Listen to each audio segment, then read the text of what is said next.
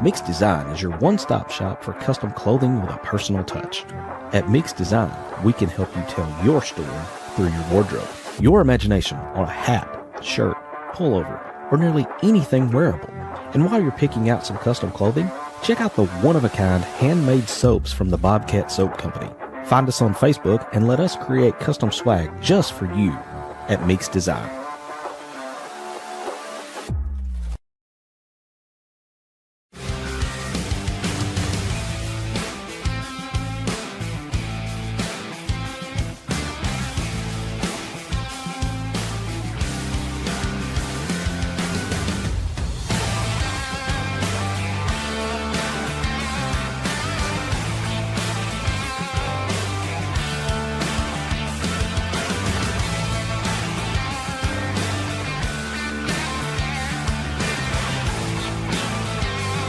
Hog fanatics, we at Inside the Hawg Pen are thrilled to announce that SeatGeek is now a sponsor. As brand ambassadors, we're excited to share SeatGeek as a ticket app that simplifies the ticket buying process for all your favorite events. They provide a 0 to 10 score for each ticket, with green indicating a good deal and red indicating a not-so-good deal. As a special offer, Hog fanatics can get $20 off their first ticket purchase by using the code INSIDEHOGPEN. Check out our socials for the link, and remember to use the code INSIDEHOGPEN.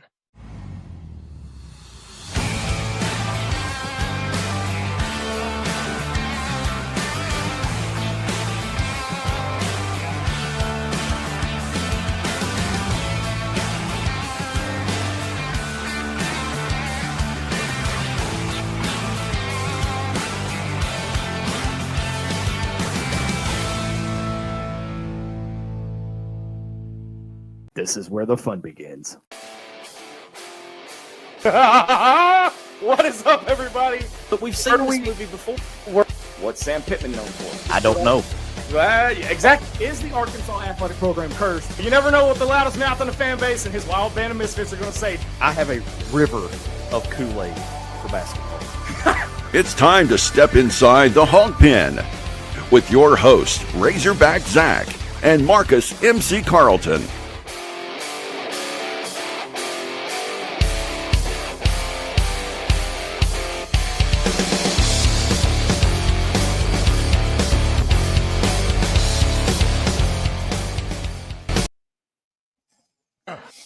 Let me talk to you. It's time to go dancing, boys. What's up, everybody? Welcome into an all-new episode of Inside the Hawg Pen. I am your host, as always, from the Central Arkansas Hawg Pen, Razorback Zach, alongside my buddy, my co-host, cohort, and professionally proven glue that holds the whole damn thing together, Marcus MC Carlton. MC, dude, I'm digging the cricket. Yeah. It's like we got something special going on. Yeah, it's almost like we did this on purpose, you know? I know, right? But got a very special edition of Inside the Hawg Pen tonight. Is a 2-hour edition of Inside the Hawg Pen, leading you up to tip-off of Arkansas and Texas Tech at 9:09, 9:05? 9:09, so yeah. Way too late for this old man, I can tell you that. Wait, you're not going to stay up and watch it? Dude, I've been drinking caffeine all day. I'll be lucky to be able to go to bed tonight when this thing's over. So. Hey, I'm down to do a post-game show if we win. Don't tempt me with a good time. It'll be Inside the Hawg Pen post game after dark. Hey, it'll be wet. It might be daylight by the time we get done. We've had a couple of those, man. Hey, we've had a no couple doubt. of them. Hey, make sure you guys tune in tomorrow on 101.1 FM The Answer here in Central Arkansas, or the app 101.1 FM The Answer. I will have a very special guest who is also a guest here tonight, by the way. Yeah, looking forward to this, man. It's gonna be fun. This is exciting. I mean, I'm excited about it. Looking forward to talking to him in the morning. But make sure you guys tune in. And I will have another special guest in studio with me, MC. Before we get to our guest tonight, my daughter is going to be in studio with me tomorrow morning. So okay, you got the boss with you tomorrow. Yeah. Backstory about that. In 99, I think I was in like 6th grade. And my dad had taken me on spring break to meet the legendary Craig O'Neill when he was with B98 down here. Mm-hmm. We played a fantastic, funny as all get out prank on my mother that is still referenced to this day sometimes. Nice. And little did I know that it would set me down a path where we are today. And now I get to do that with my kid, is to take her to a radio station. So I'm looking forward to that. But dude, without cool. further ado, it's time to introduce our guest tonight. And really excited about it. Former Arkansas Razorback Chris Lanzilli joins the Hog Pen. What's up, Chris? What's going on, guys? Thanks for having me. Hey, we appreciate you coming on, man. So, Awesome. Yeah, it's a big night ahead of us. oh, yeah, Absolutely, long night, man. Long night, baby. Long night. Yeah. So I want to start off and I want to break the ice. I'm just going to ask you straight out. What do you think about this NIL situation in college athletics right now? Yeah, I mean, I get what both sides are saying about it. But as like kind of a recent college grad, I mean, to be able to make money, I can't really hear the negatives to it, just because like it can change your life. Like, are you going to turn down money as a college kid? $20 in college was a lot to me. You know, that would buy me some beers and stuff. If you're getting $1 million, I can't criticize anybody for taking it. In terms of like the rule makers, you know, there's got to be some sort of, you know, like you can't. There's got to be some sort of regulation to it where, you know, I the reason I'm not a rule maker is because I have like the good ideas, so I'm not gonna say anything too specific. But there's got to be something to kind of regulate it a little bit to make college sports a little more fair. But I'm all for kids making money. I just like I'm not really deep into the argument of the other side of things, but I can understand what people are saying. Kind of makes it like too much like a professional sport. Well, and I think NIL in principle, to be what it was originally meant to be, is a great thing. But you know, it's just like anything else. There's always somebody that's going to find a loophole and try to expose the loophole to where, you know, it's kind of become it's not what it was intended to be, I guess is the best way to put it. But it's, you know, I kind of feel like that the bell has been rung now. And once you ring a bell, you can't unring it. So I'm not sure how you could go back at this point and try to regulate it after you've let it go the way it's gone to this point. Exactly. And like, it's such a complicated situation, but people are so creative out there that I think somebody's got an idea that's gonna, you know, roll it into something nice. Talk to Elon Musk, see if he's got some creativity. There you go. He seems to have the ideas. So so for those who may not be as familiar with you as we are, let our fan base know you played 1 year for the Razorbacks in 2022, correct? Yes, I did. And just to kind of help set the scene a little bit, throw out some teammates that you played with. Yeah, I mean, I'll name kind of around the field. So Wallace was third base. Catcher was Turner. First base was Slavin. Second base, Robert Moore. Shortstop, Jalen Battles. I was usually in right or left. You know, Jace Borfin. He switched off with me. And then center field was Braden Webb. So that was the team. That was a pretty stacked squad we got there. Yeah. And, some good dudes on there as well. Yeah, within one game of the championship series in Omaha.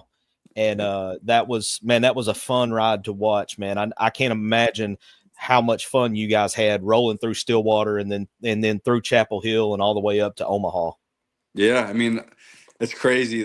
Most of the memories are obviously from either Stillwater or Omaha. Like, we kind of forget about Chapel Hill because, like, no offense to that team, but we were way better than them. It was kind of like we were going to Omaha once we were there, you know. Yeah, kind of not quite as fun of games. But the Oklahoma State series, holy crap, those were just so many. I don't know if the balls were juiced there or what. That was a long game. Yeah, I don't know that Jalen Battles' ball has landed yet, has it? Yeah, no, exactly. That was a bomb. And then I think I'm gonna be honest. Unfortunately, it was off of Evan Taylor, who was like one of our best pitchers, but one of their guys, I forget what his name was, but he hit the furthest ball I've ever seen in my life. I think that one actually went over the parking lot. I remember. I don't remember who hit it, but I remember the shot you're talking about. Yeah, it was the kid that pitches and hits, and he was like a second rounder. Nolan something, or I'll have to. I'll ask Grok here in a minute. You mentioned Elon Musk. I'll get on Grok and find it. Grok's my buddy too. But I mean, the run that you guys had that year, and a lot of people don't realize towards the end of the season, you guys kind of hit a slump right there at the end of the regular season, and it kind of carried over into Hoover a little bit. But then you come out of that, you get into Stillwater, and this was about the time that the whole rental player thing really took off and caught fire. And your catcher Michael Turner, man, he used that as fuel because he turned into like just looked like he was seeing beach balls every time he was at the plate. Yeah, I mean, he did a good job there. He on the field and off the field racked in some money, and then did obviously had a hell of a postseason. I'm saying an off season. Yeah, had a hell of a postseason as well. I feel like a ton of guys stepped up in the postseason. I mean, I remember Stovall had like a crazy average in the postseason. Oh yeah, I mean, a lot of the pitchers did really well. It was kind of like everybody got hot at the same time, which was awesome. And that was. I'm sorry. Go ahead. No, it's just unfortunate that like it's not always the best. I felt like we were one of the best teams there, and Ole Miss was just like kind of a random team that made the playoffs by the in the last minute. They shouldn't even have, if their name wasn't Ole Miss, they probably wouldn't even have been in it. They ended up getting hot and winning it. So yeah, I mean they got hot at the right time, and here's something that really, this is an Arkansas saying, but it really sticks in my craw a little bit about Ole Miss even making the tournament that year. So I live in Jonesboro, which is over in the northeast corner of the state. Arkansas State is over here. Yeah. Towards the end of the regular season, Ole Miss had a game scheduled with Arkansas State, and they ended up canceling it because win or lose, it was going to hurt their RPI so much. Right. And so they canceled that. And to this day, I have some friends that are Ole Miss fans. Don't hold that against me, but I tell them to this day that the only reason they got in is because they were afraid to play Arkansas State, because of what it was going to do to their RPI. Right. So last team in and last team standing, it was kind of sickening, honestly. Exactly. I've heard some sketchy. I play with a lot of Ole Miss guys with the White Sox, and I heard some sketchy exaggerations from their side of things, saying their coach got them in somehow, this and that. I don't have specifics of it, but I do remember hearing some murmuring and not if it was Johnny mid-major, they wouldn't have got in with their resume and all. It was because of their names, Ole Miss, obviously. But they won it. What are you gonna do? I mean, they got hot at the right time, and as you said, man, that's usually a big piece of it. And hey, speaking of getting hot, I mean, you were seeing beach balls pretty well once you boys got to Omaha too. I mean, felt like every time you come up to the plate, it was a threat to end up in the left field stands. Yeah, I mean, those are sick times in baseball when you're feeling really good, because there's also times when you just suck and it's just like it's impossible to hit. But during Omaha, to have it be like that, I lucked out because I was really locked in, and I was just kind of having a blast on the field, and that's when it works out the most. So one thing I was looking at when I was doing my research for this interview, you had a shot that you hit at Hoover in the SEC tournament, and I didn't get to go that year, but this last year I got to go, and I did not realize how much of just a moonshot that was until I got to Hoover and saw, kind of the area of where that ball landed. I mean, that, I'm surprised there was a cover left on that one. Yeah, that one I hit hard. I knew it was gone. I'm not sure why Alabama had that kid in throwing. He was throwing like mid-80s, but I'm going to take it. I'm going to run with it, and I hit it really hard and really far, so I was proud of it. But they had our number that time. The Alabama, we lost 2 out of 3 in the series, and then we lost in the SEC tournament. We were like, "What the heck is this team?" They were a random squad that was just kicking our butts. But sometimes, in baseball, sometimes it happens that way. There's a team that you're obviously more talented than, but for some reason they have your number. I mean, I've seen it on every level. It just happens. Yeah, exactly. I mean, when I was coming from Wake Forest, I know exactly how that is, because we always had a really talented team. We just never won. It was very unfortunate, but yeah, that's how baseball is, Yeah. Fortunately for Arkansas, they're consistently just winning every year. Hey, Chris, I've got somebody else waiting in the wings to talk to you, but we got to take a quick break. When we come back, D-Mad's going to join the show. I'm going to step out for a little bit and let D-Mad and MC run it, because I get to have a conversation with Chris in the morning. You're watching and listening to Inside the Hawg Pen. Right back right after this.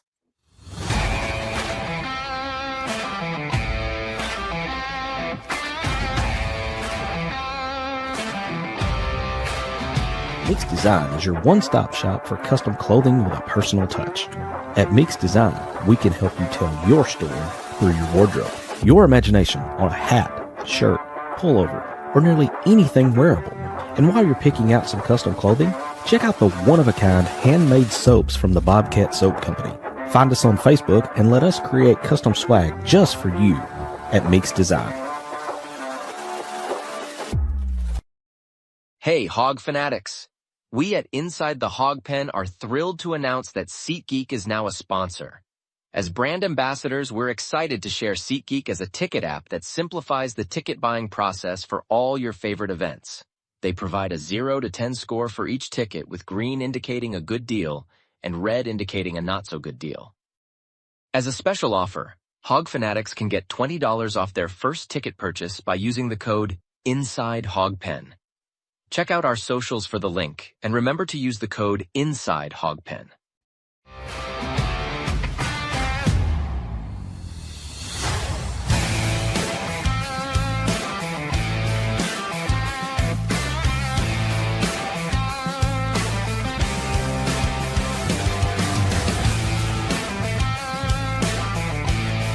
It's time to step back inside the Hog Pen to the Mix Design Studios.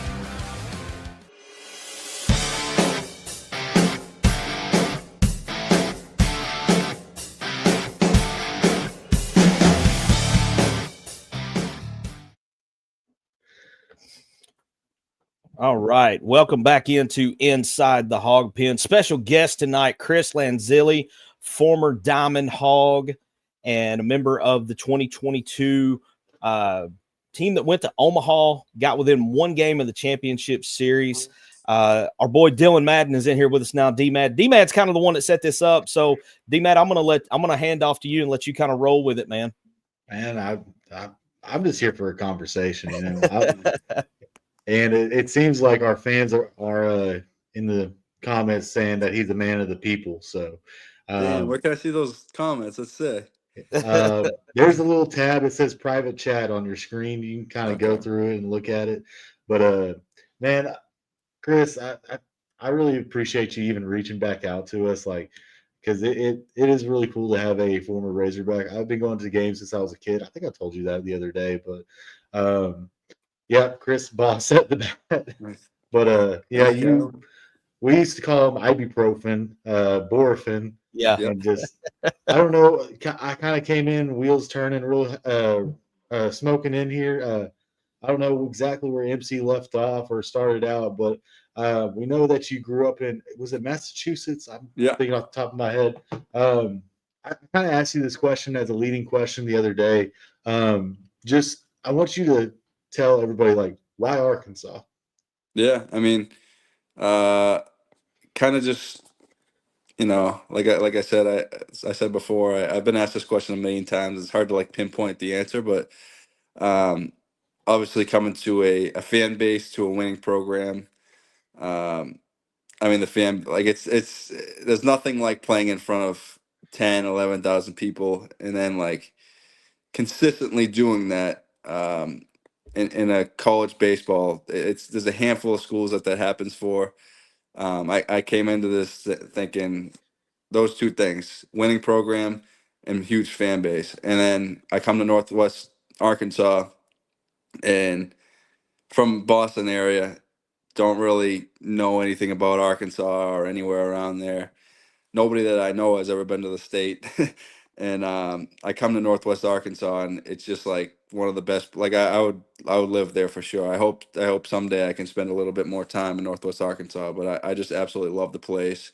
I didn't expect to. I thought it was going to be a lot worse. Like, if I'm being honest, You thought it was going to be really country, didn't you? Yeah, I thought it was just going to be a lot different. And you know, you see it ranked in some of the lists where it's the top places to live, and I totally get that, because it's just an amazing place. And yeah, so I like heading there. I was excited about it, but leaving there, I was like, damn, I wish I could stay. You know. Yeah, wish you could have spent a little bit more time. You know, God, I just lost my track where I was going. You know, I got a question. I got a personal question to ask you. How many times have you been told about Pat Bradley? Yeah, good amount. I've actually met that's him. what. Well, actually, the first time I went to JJ's was like late night JJ's when they were checking IDs, and they were like Massachusetts. The only other Massachusetts ID we seen was Pat Bradley, and I didn't know who he was at the time because that was at the beginning of the year when I was playing there, and but yeah, I got interested. My dad actually saw him at the gym because he goes to the same gym that I go to around here, Mhm. and that's how I got introduced to him. It's kind of funny, small world. Yeah. Who would have thought two guys from Massachusetts would be known in Arkansas for being Razorbacks and being legends in their sport? I mean, what are the chances? Yeah, it's pretty cool. It seems like he's you know, continuing on with the media stuff, which is awesome. So he's sticking around Arkansas, it seems like. Yeah. I'm gonna kick it right back to our comment section. We got Carolyn Williams in here. She says, "How does Baum Walker compare to some of the minor league stadiums you've played in?" Yeah, I mean, Baumwalker is the best place that I've ever played. The minor league stadiums that I played in were not really comparable at all. Like they like I played in Winston-Salem for the Winston-Salem Dash, and we probably had like you could count. I actually on the days that I sat, I would count how many fans, and like the most we ever had was like 400. It was hilarious. That's pretty wild. Did you ever get to play in Little Rock against the Travelers or anything like that? No, only when I was at the University of Arkansas. Okay. How's that stadium compared to most stadiums? Because I have a feeling that it's actually one of the upper tier stadiums. I'm in Little Rock, obviously, but we have a owner that prides himself with that stadium, I think. Yeah, I mean it was awesome when we were there. I don't have the best memory of it, but it was a nice stadium. It seemed like we fit in a ton of people there. There was definitely fire hazards, like people were crammed in there. Yeah, that's one of those stadiums where they sell the the beer garden tickets. Yeah. And basically anyone with a pulse is allowed to buy a $5 ticket to get in there.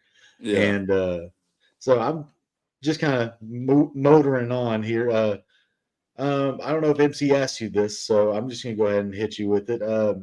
I think you told us the other night, but I want to hear it again. What was your favorite moment at the University of Arkansas? I think I said two, and I stick by them. There was one I remember that we were in Omaha, and so I was playing right field. Here's my dog, by the way. He just stepped up. Oh, we're big dog people, man. So that's cool. And so yeah, the whole right field section. I don't know how many people were out there, but it was us against Ole Miss, and the whole right field section was singing "Happy Birthday" because it was my birthday. I think it was us against Ole Miss. Pretty sure. I'm not. No, I don't know. It was us against somebody, and there was thousands of people out there, and they were singing "Happy Birthday" to me, and I was like, "Did you say it was Stanford, or that was the other memory?"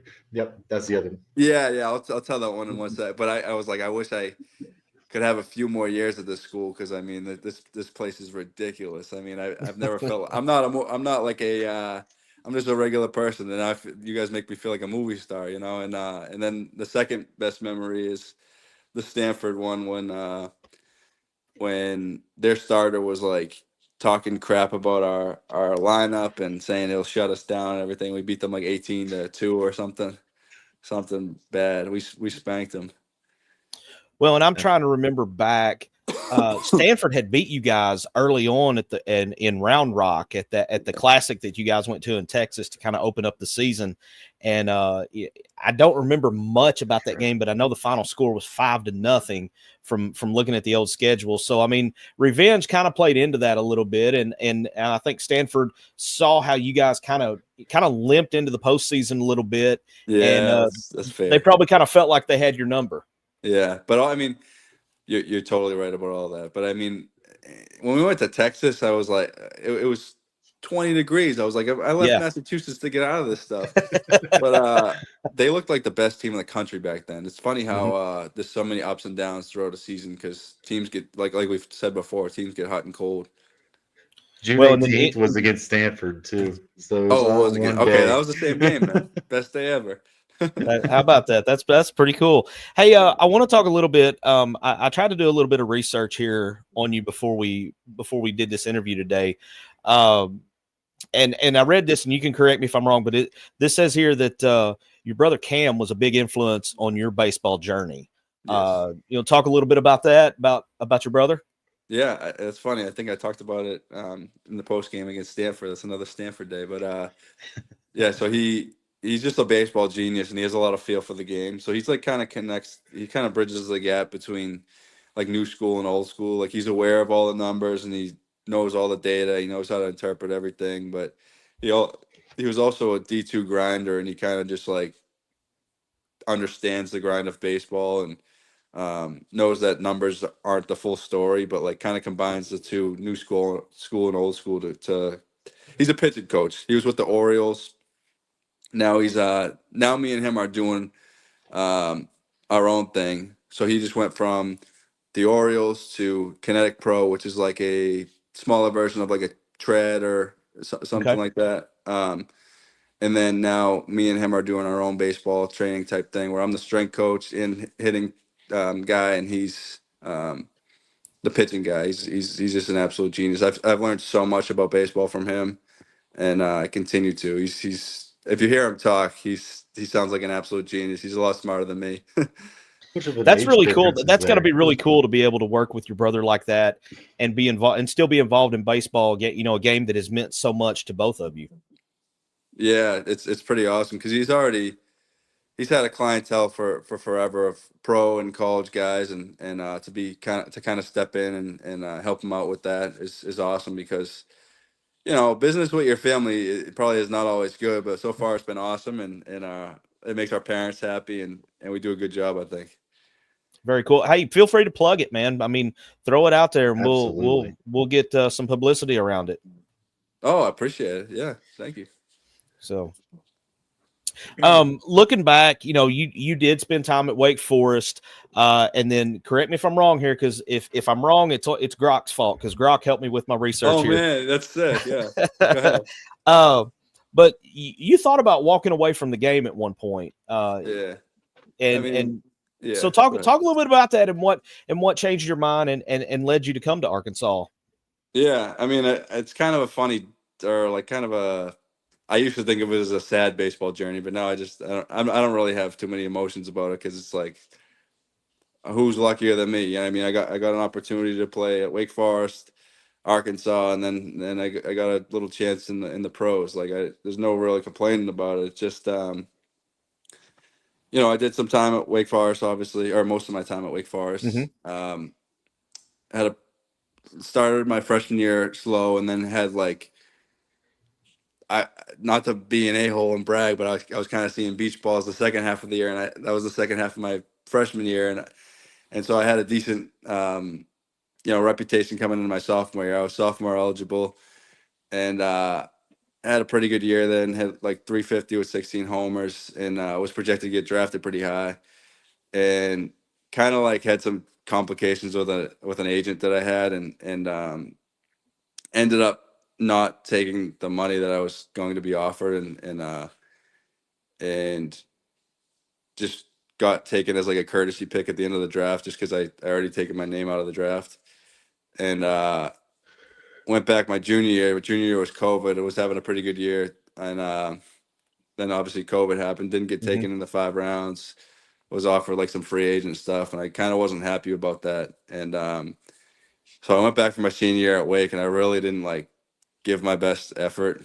Before then, I was really thinking about quitting, just because I was like, I kind of got into a depressed state off the field. Like I can admit that now because it's past the time, and I'm Sure doing great in life. But I was kind of like not in the best state, and I wasn't in the best state to play on the field. Like I didn't give my full effort. I kind of made a fool of myself out there, and ended up having a terrible year because of it. And then if I did that year at Arkansas, I would have got cut just because of how bad my attitude was, and then how bad my play was because of that. And then went to Arkansas for the fall. Kind of had a horrible fall, and was still thinking about like, hey, maybe I should hang it up because some things that happened there in the fall too that I was kind of questioning. And then I come out for the first game, and it's just like I was just having a great time because of first home game I'm talking about, just because of how much energy there was, the crowd, and I was like, I've never seen baseball like this. This is awesome. So it kind of like uh, re-energized me for the game of baseball for the last few That's years. cool. And so coming to Arkansas really had such like an impact on me, and that's why I always want to like you guys anytime you want me to come on, or like anytime you need anything, like I want to give back to Arkansas in any way that I can, because I mean every fan there, whether they were talking good or talking bad, like they showed up, and it was the most badass thing I've ever been a part of. So I just really want to kind of show my appreciation for the state and the city of Fayetteville too, and the school. But I got to be honest, man, that to hear that from a former player is so cool, because as you well know, man, when we get into bomb and we get started getting rowdy, I mean, it just means so much to the fans there, that to hear your side of it, it is really cool, that it really does affect you guys, and kind of like you talk about, it re-energized you for baseball, seeing that crowd at bomb. So that, to me, that as a fan, I'm loving that.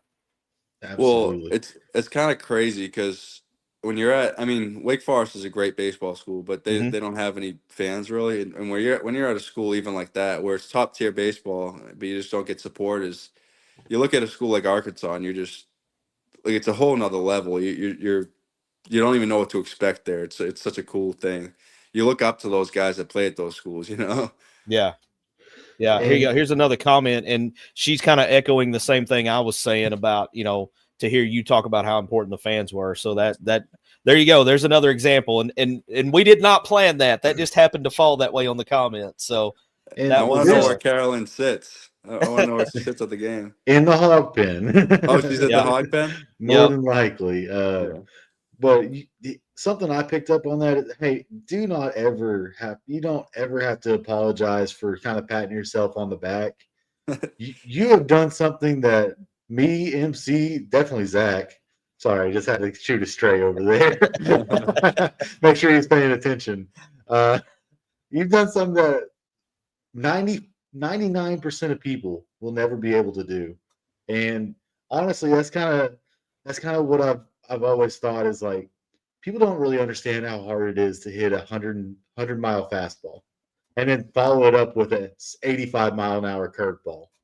People don't understand how hard that is. It does take a mental toll to be able to do that. And I just don't ever apologize for giving yourself credit, because you've earned it. You put in so much man. more work than any of us people on Twitter would ever say. And I just want to kind of give that to you. And with the Twitter thing, I have to turn to Zach's favorite person on Arkansas. And we kind of talked about it the other day with Nate Thompson, and Oh. I was telling you the other day, like, I kind of feel like, it's a difficult subject. I'm sorry I'm putting you in this position. We can move on if you want to, but Arkansas Twitter freaks out over Nate Thompson, and I just want you to get this opportunity to tell everybody how much you love Nate Thompson. Yeah, no, I mean, I do love Nate. Like I said the other day, like I would go to bat for him. Defend him against anything. He's a really smart dude. His philosophies are really good. It's just, I was saying to you the other day that I think certain times, how do I word this? Of course, as a fan, when you're a top tier program, when you're not having success consistently, there's somebody to blame. And I totally get that. It's just from the player's perspective, I hit a particular way, and I was a fit there, so I had a lot of experience. But I hit a particular way, and I continued to hit that way at Wake Forest and at Arkansas. I was me, and I knew my swing, and I took accountability. And of course, your coach has a big effect on you, and he should be there for you, and he should be knowledgeable, and that should be a big resource for you, which he is. But at some point, there's got to be some accountability with the players as well, because it's your career. You know what I mean? You want to play well for yourself. You want to obviously you want to play well for your team. You want to win a national championship. You want to, you have a lot of goals there. But this is your career. You want to get drafted as well. You want to play for a long time, and that's up to you. That's not up to your coach. I don't know. It's just my perspective as a former Sure. player, and that's not. And I'm not saying that should be accepted as It's not a fan cop-out. perspective, because there's got to be somebody to blame, of course. And this year it's working out a lot better, which I'm happy about. So It's I kind hope of like everybody's happy. Nick Saban in Alabama, like whenever they had 2 losses, Saban's past his prime. Whenever Arkansas had that skid and everybody was freaking out about Cal was washed, Zach. But no, it's one thing that everybody starts freaking out, everybody starts pointing fingers, and sometimes the best thing to do is just calm down. No, I mean, I'll probably be one of those people on Twitter soon, pointing fingers, and I get it. And I thought, Yeah. I mean, some people deserve it, but it's just, I'm saying personally, I love Nate, and I think he's, I don't know. I want to find out what he's doing this year, in terms of like what's working out. And obviously something is, because they're having a crazy good year offensively, and I'm really happy for him. Well, and I'm glad you brought that up, because I wanted to ask you, after being around the program and being around not just Nate, but the entire staff, does something feel different with this team? Because it just this year's team, because like you said, man, they're, we said this about a few other people, but it feels like now, where in the past it kind of felt like there was a lot more emphasis put on the deep ball. Now it feels like guys are kind of slapping the ball around. If there's guys on, instead of guys swinging for the fence, they're just trying to slap a single to get the run in. I mean, do you see it that way, or am I just way off base here? Kind of, but they are hitting a lot of home runs. They're hitting a Right. lot of extra base hits, homers, doubles. But yeah, there is. I mean, I'm sure DVH loves like team baseball. Like, he loves if you get a bunt down, or if you get a runner over, Mm-hmm. or have a really good 2-strike at bat, and foul a bunch of pitches off, then poke one through a hole or something. He's that guy. He's like typical old school baseball, that like, Yeah. he just loves when you grind. So I'm sure he has a big effect on that, and I'm sure Nate. I'm sure the two of them kind of communicated on it, but they're hitting quite a few bombs too. Yeah. There's especially, you talk about the Aloy brothers and Brent Iredale, and and a guy that's come on. We've been calling him Lenny Dykstra Jr. Dabinall. He because I have a friend of mine. We call him Lenny Dykstra Jr. because that's who he reminds us of. Because he's just one of those guys that is going to find a way to slap the ball somewhere and get on base. Yeah. That Davalon. Yeah, Charles Davalon.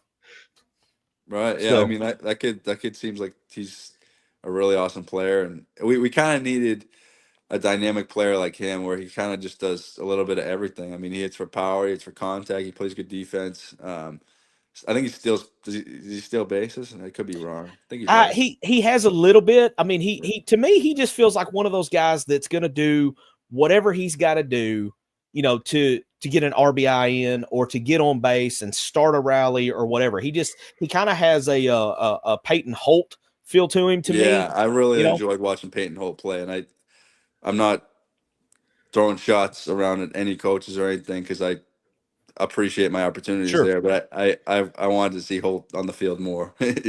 Holt was he was one of my favorites, man, because he was that guy that was, like kind of like I'm talking about with Davalon, just going to do whatever he's got to do to help the team out, whether that's infield, outfield, whatever.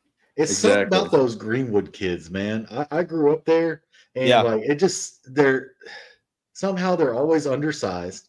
They're not as fast as everybody. They're not as strong as everybody, but somehow they always manage to perform. They're gamers, man. They're just gamers. Super reliable. Yeah, gamers. Yeah.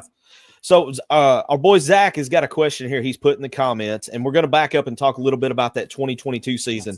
What was DVH's message to the team during the regionals and super regionals, first Stillwater and then on to Chapel Hill? Anything stick out to you? Shut them up. Yeah, they probably got it on video. I don't really remember what he said, but He probably, I mean, he's a really good talker. He probably had something good to say. I apologize for not having like the That's quote, all but right, man. That's all right. Well, let me yeah, sorry, Zach. let's kind of move off of Stillwater into the DVH, competitive spirit, because I think as an Arkansas fan, we've been able to see him for what 20 years, MC, as Yeah. one of the most Yeah. Over. competitive people in Arkansas.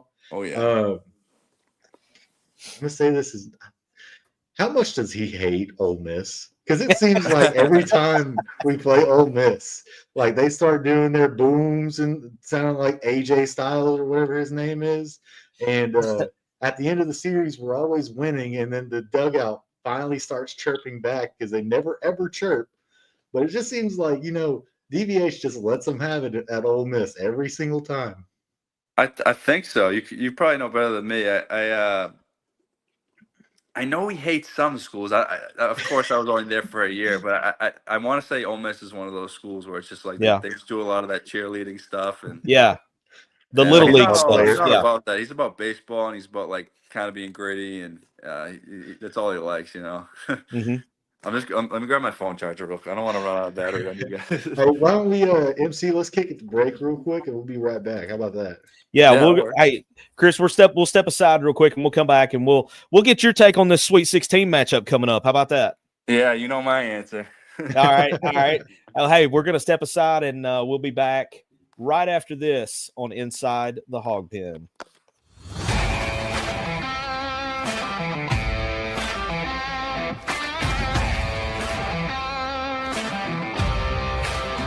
Mix Design is your one-stop shop for custom clothing with a personal touch. At Mix Design, we can help you tell your story through your wardrobe. Your imagination on a hat, shirt, pullover, or nearly anything wearable. And while you're picking out some custom clothing, check out the one-of-a-kind handmade soaps from the Bobcat Soap Company.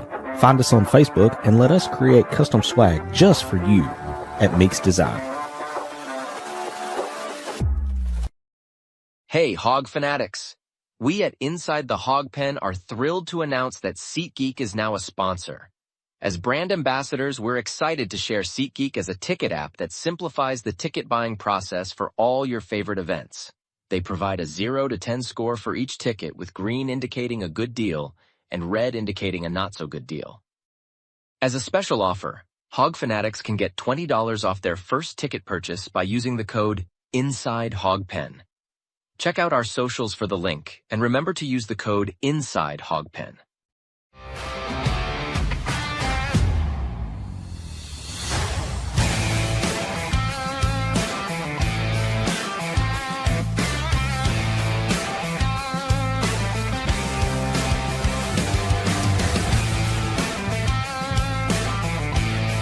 It's time to step back inside the Hog Pen to the Mix Design Studios.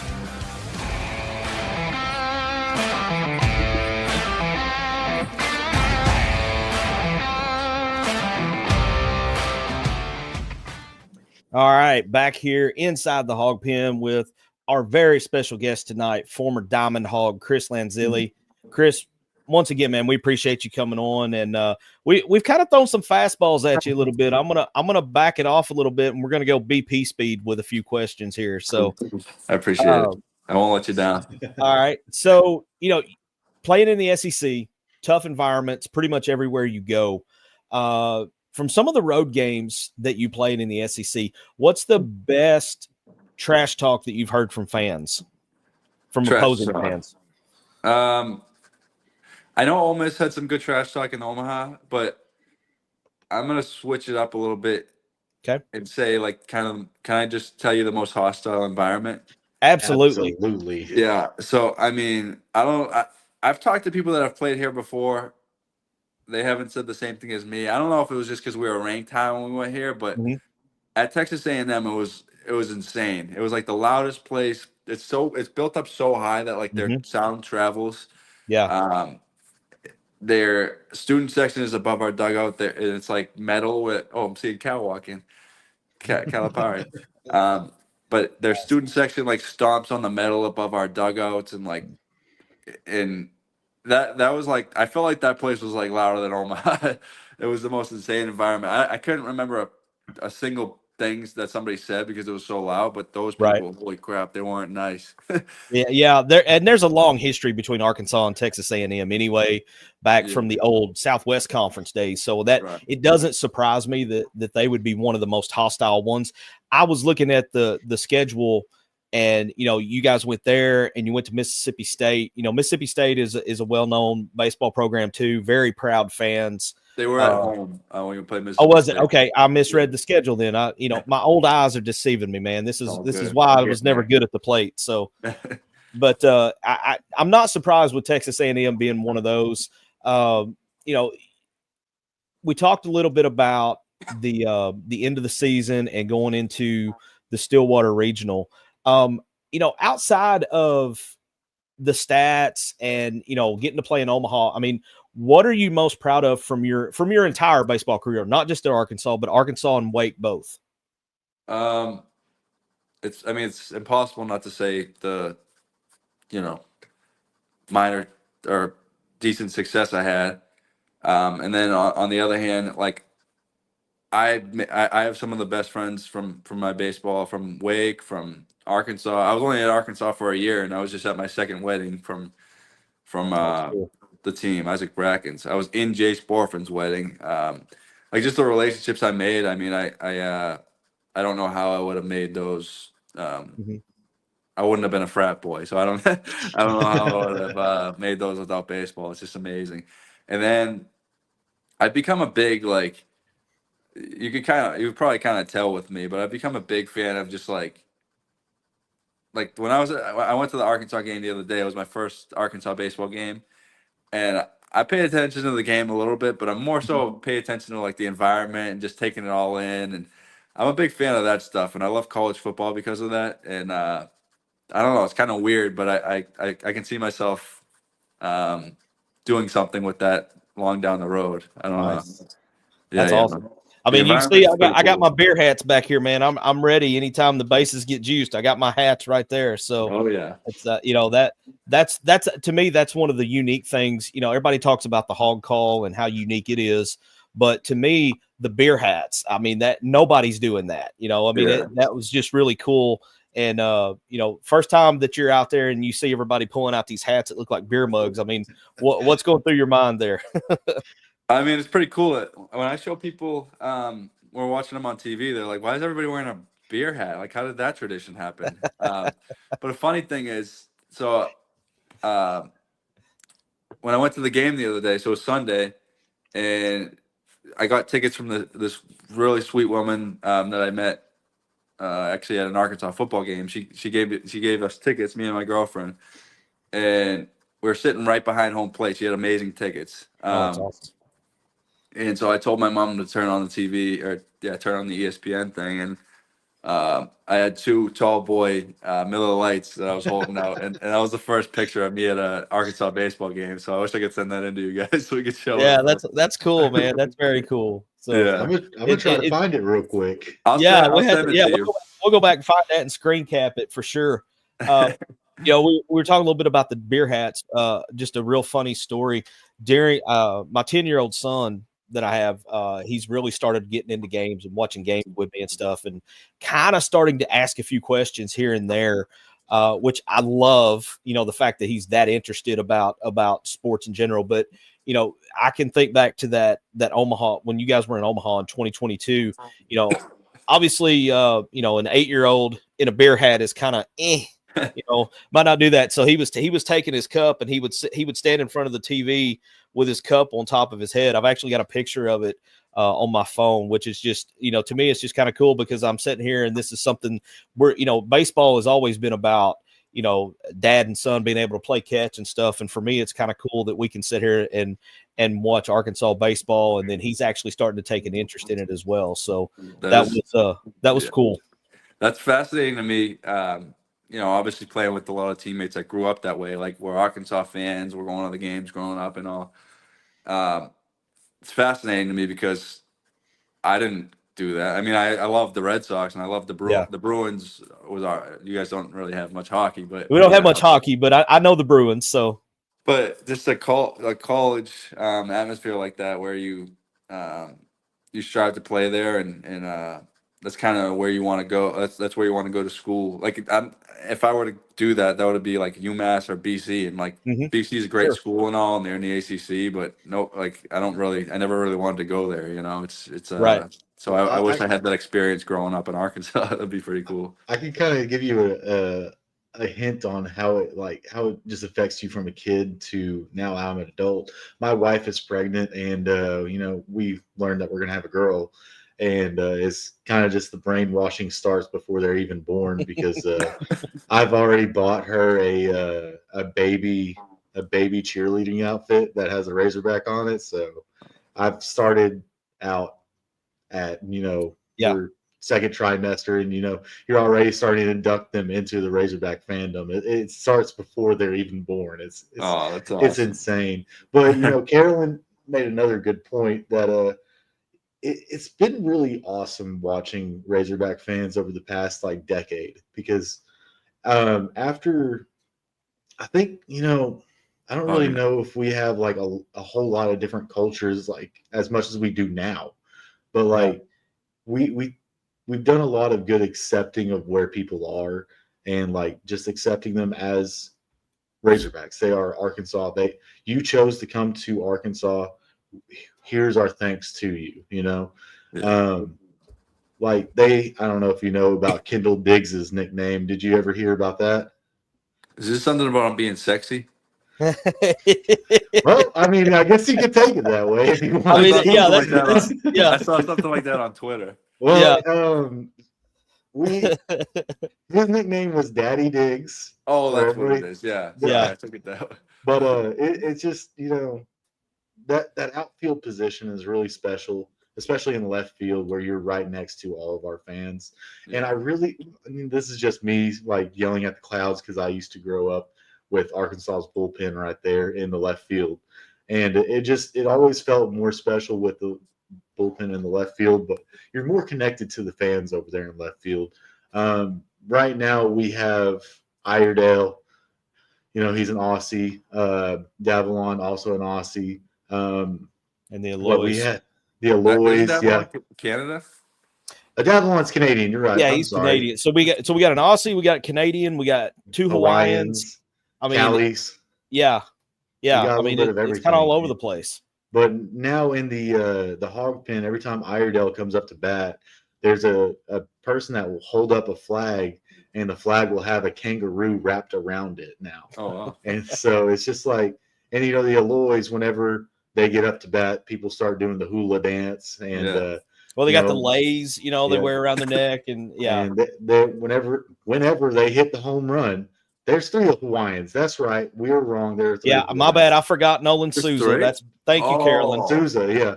So every time they round the bases after they hit a home run, they throw up the hang loose at us, and it's one of those things that I feel that you have felt it, because you were saying that you want to give back to the university, give back to the state, because and I'm honestly kind of irritated with you just a little bit, because you came to the game on Sunday. I went to the game on Saturday.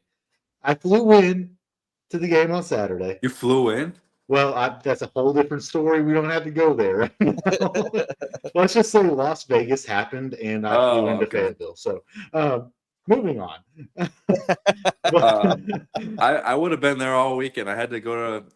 I enjoyed. I didn't have to. I went to my buddy's. I went to Isaac Bracken's wedding on Saturday, so I couldn't go Saturday. I would have loved to.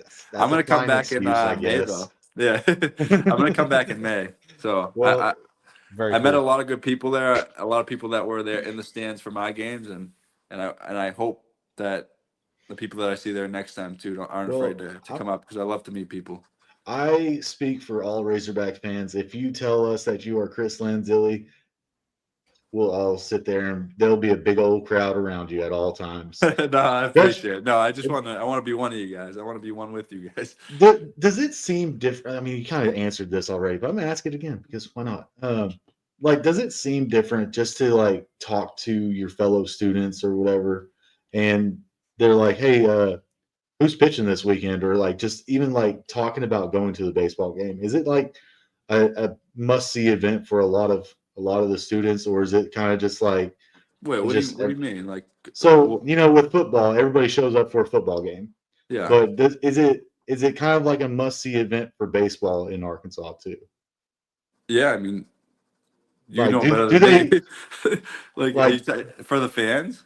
No, I'm You talking about for the your- students? Yeah, Yeah. Does everybody Like when kinda you're make going to the class, like when you were going to class, did people stop you and say, "Hey, man, who's gonna pitch this weekend?" or anything like that? Oh, okay. Well, I have a kind of a cool story on that. Short story. When I first showed up,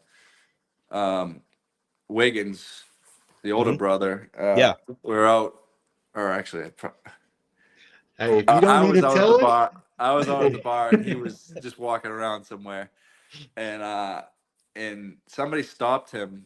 This was like it was like 9 p.m. probably, and somebody stops him. It was a student, and they were like, "Hey, can I get a picture?" And kids were like taking pictures with him. This was my first time out at Arkansas, and I was like, "Wow, this is how it's gonna be." Like the students want a picture with the baseball players. Like, That's cool. yeah, they're rock stars out there, especially if you got a big name like Wiggins. Yeah. And that's happened. I've seen that happen at battles, and Robert Moore never like went to any bars or anything. Did but you if he know did, that Robert Moore's dad is an executive for the Royals? Did you know that? Yeah, that's like the running joke, man. Every TV broadcast that got brought up about Literally Robert every Moore's dad. game. So that's kind of our inside joke now, is that we talk about that. Oh, okay. Wait, he's with a different team now, isn't he? Yeah, I think he changed organizations now, but yeah, we don't get to hear about it every single game now that's broadcast. They need to bring it back up. Honestly, is what they need to do. But all right, we'll get the rumors. We'll get it going again. Yeah, there you go. Sweet. Hey, I want to throw this at you because you mentioned about seeing Cal walk in on TV a while ago.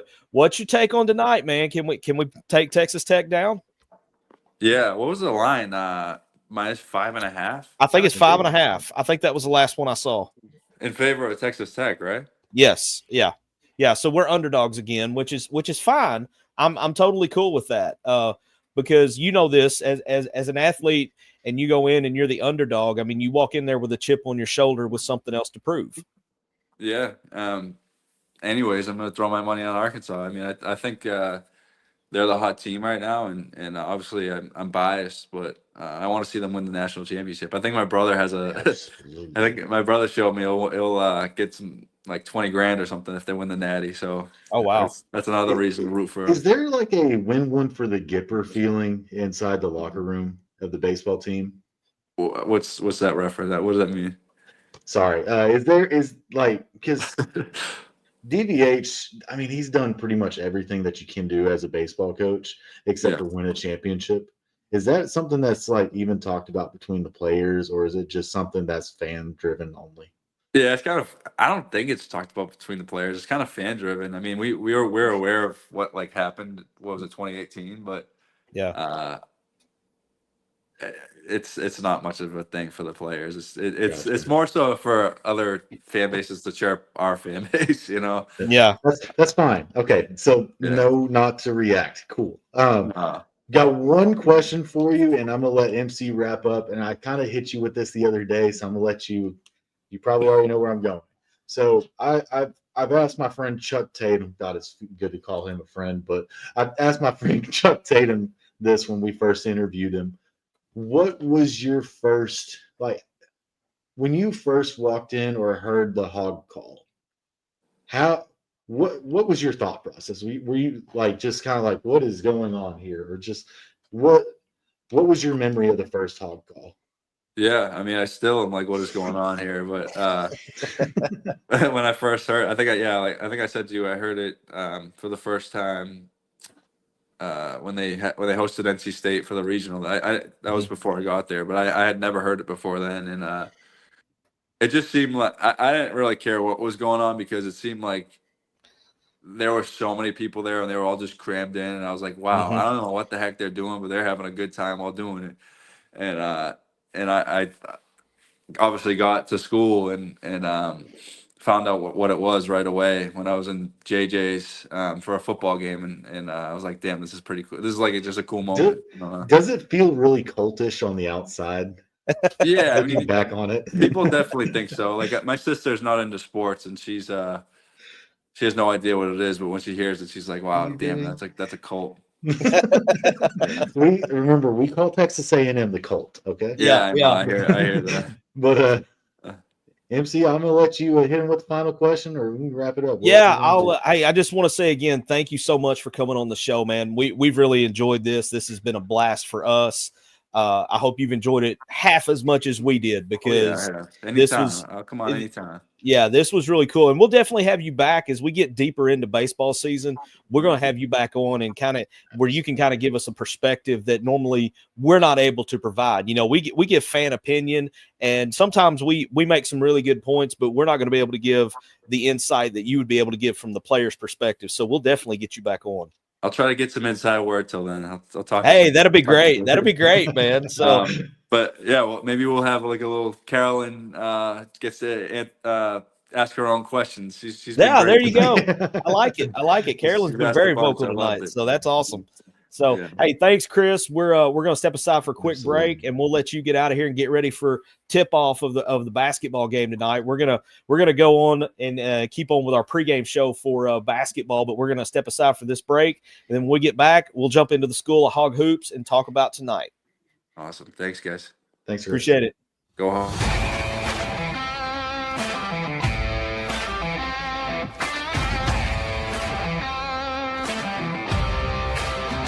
Mix Design is your one-stop shop for custom clothing with a personal touch.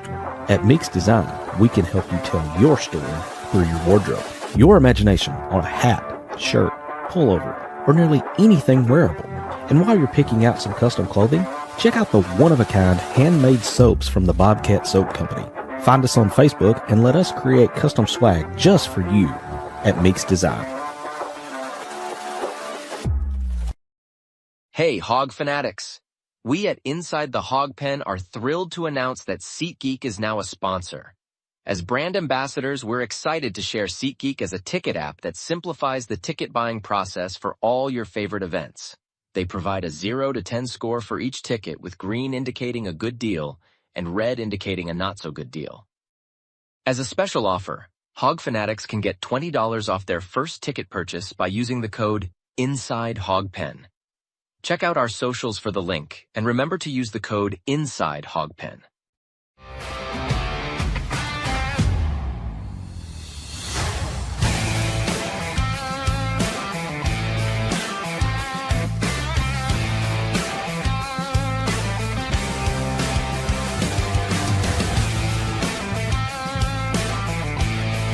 It's time to step back inside the Hog Pen to the Mix Design Studios.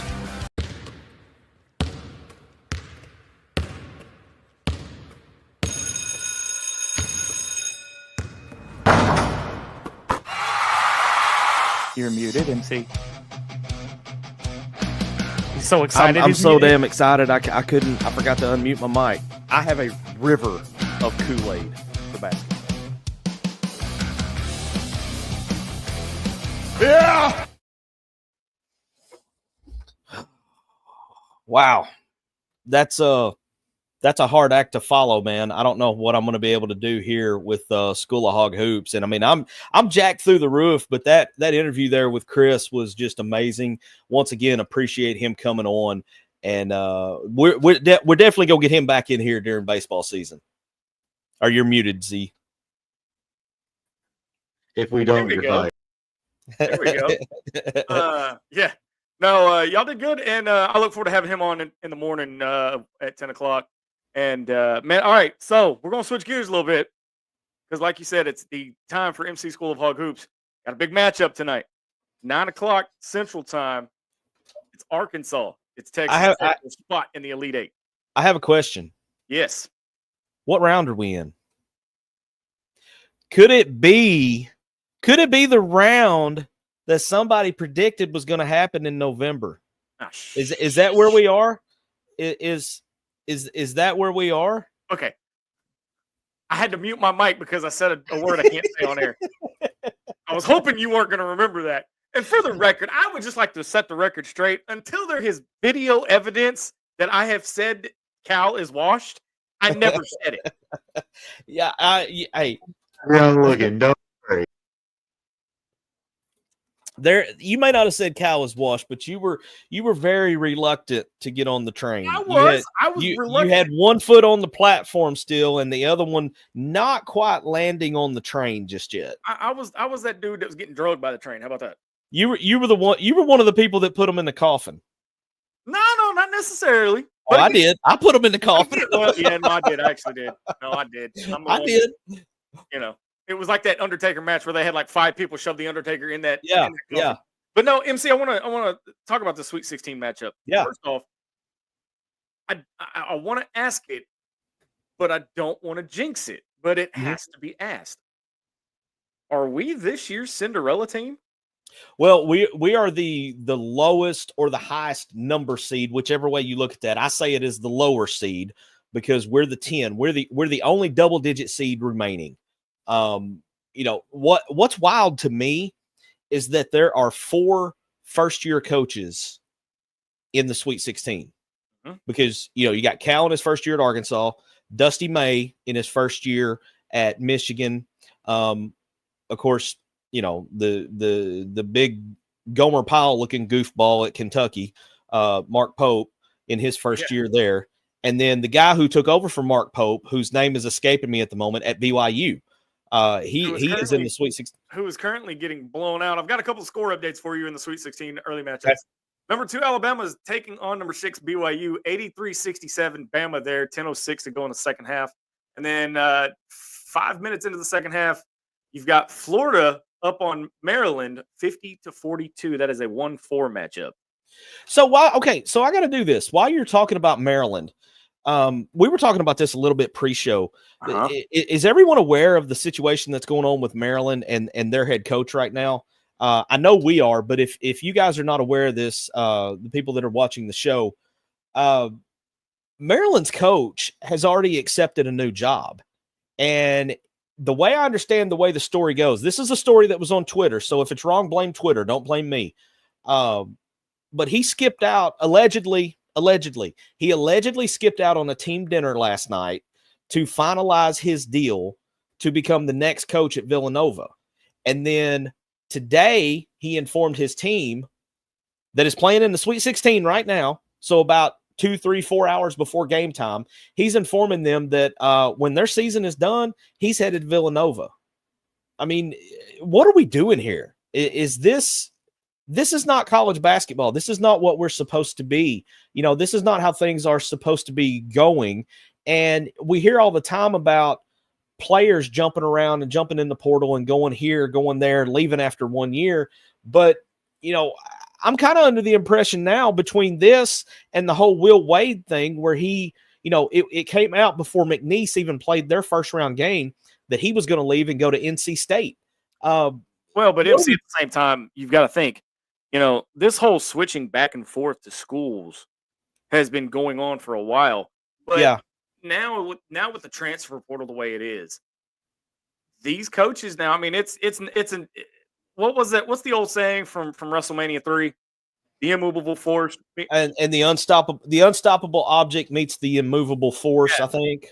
Yeah, I may have that backwards, but you get the point. The point is still the same. The coaches now are going to do. I mean, think about it this way. All right, where's our former coach? Watching the tournament from the couch. Yeah. Okay. Point right there. Everybody knew he gave up last season. Okay. But why? But why? Tell me why it's okay for a coach while his team is still in the tournament fighting for a national title to jump to another school. A good point here with Carolyn. This is another problem that's going on right now because the transfer portal opened up Monday on the cusp, and you had Michigan lost one of their main players. Scottie Pippen's son left Michigan to enter the portal before they're getting ready to play their Sweet 16 game. I agree with Carolyn. Should be absolutely no movement. The first day the portal should be open is the day after the national championship game. That's my opinion. We had the same discussion in football. Yes. Okay. There should be no portal movements. And here's the other thing. These players that are, you know, getting, you know, 4 or 5 games into the season or halfway through the season and going, yeah, I'm not getting what I want here. I'm going to transfer. Yeah. I think I agree with Chris. There's got to be some way to regulate there's got to be some way to control this, because you're going to have players that are just going to be jumping from one school to another. All right. But this coach, I'm sorry, but if I was Maryland and if I was on that court right now, I'd let Florida run away with it. Well, and kudos to these guys, because I'm watching that game. They're hanging around with Florida. They're down 9 right now, with about 13 and a half minutes left in the game. Now, Florida, as good as Florida's playing right now, Florida's probably going to pull away and end up winning this by, I would say, my guess is they'll win anywhere from 10 to 15 points, because to me, nobody's playing better than Florida right now. Well, and they take on the winner of our game later tonight, Arkansas Texas Tech. Yeah. And I didn't mean to get on a tangent, but I wanted to bring that up because I was really, when I started reading all this morning about what happened at their team dinner and everything last night, it really disturbed me. But, I guess this is just where we are right now. So it's the way the game is now, but it's a legitimate point. It's a legitimate point that needs to be brought up. And it's also a legitimate point that has to be talked about. Yeah. Yep, I agree. And where do we go from here? I mean, we're going to have coaches, changing jobs mid-season. Is that what's coming next? I mean, because at this point, the contracts that they're under are obviously not worth the paper they're written on, and can be broken with no kind of repercussions whatsoever. So I don't like where we're headed. I feel like this is headed towards, maybe not the full-blown destruction, but this is definitely going to be a hard haymaker right to the nose of college basketball and college sports in general, because it's not exclusive to basketball. We, like you said, we talked about the same thing in football. So that's going to happen. It's going to happen there as well, but something has got to change, and there's got to be some kind of regulation put around this. But anyway, I digress. Let's get to the important stuff. We got a ball game tonight. Got a ball game tonight. It's going to be a late night for all of us. It's going to be a very late night. So here's the problem as far as I'm concerned. I can't do a lineup and get ready for tomorrow's show until this game's over with. Yeah, very true. Yeah, very true. So it's I like the matchup tonight. I really do. I think Texas Tech they're going to play hard. Here's a cool story, bro moment. Their head coach, Grant McCaslin, a few years back, he spent one season here in Jonesboro at Arkansas State, prior to Mike Bellato. When he left, Mike Bellato was the one that got the job. Mike was an assistant at Louisville, I believe, at the time. Got the job. Bellato stayed here until Hodgson took over last year, and so there's a little weird little tie there to the state of Arkansas. But McCaslin's team will play hard.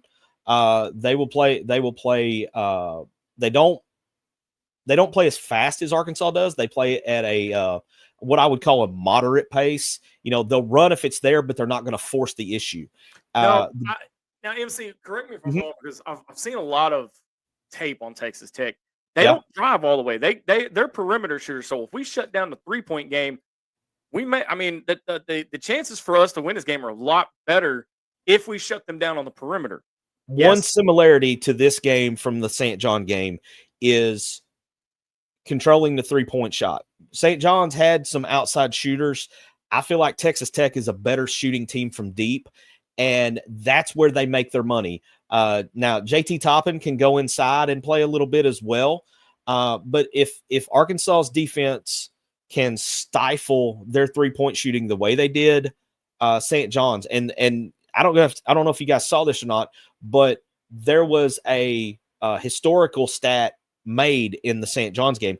Arkansas, a 2 seed, had never been held to that low of a field goal percentage for the entire game in the history of the tournament.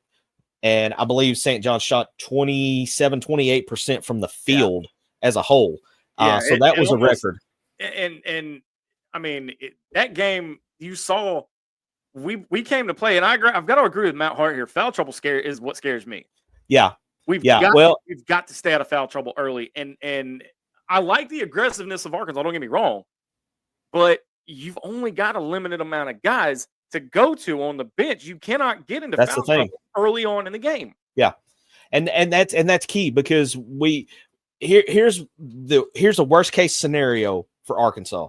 If you have a repeat of Brazil, Jonas Adu, and Big Z all getting 2 fouls before halftime, that's not good. No. Arkansas can't have that this game. They've got to be able to keep these guys on the floor because the way Jonas Adu and TB are playing right now, they are difference makers. They are the X factor. You know, I said in our last show, we were I think had we played? No, we did Wednesday night last week, so we were getting ready to. We were prior to. Yeah, I said if you can get a combined 30 points from Adu and Brazil, that we would be in good shape. If you look back, I don't know if they got 30 between them. I'd have to go back and look at the stats, but they were pretty close. Hang on, both. Just a second. Okay, both of those.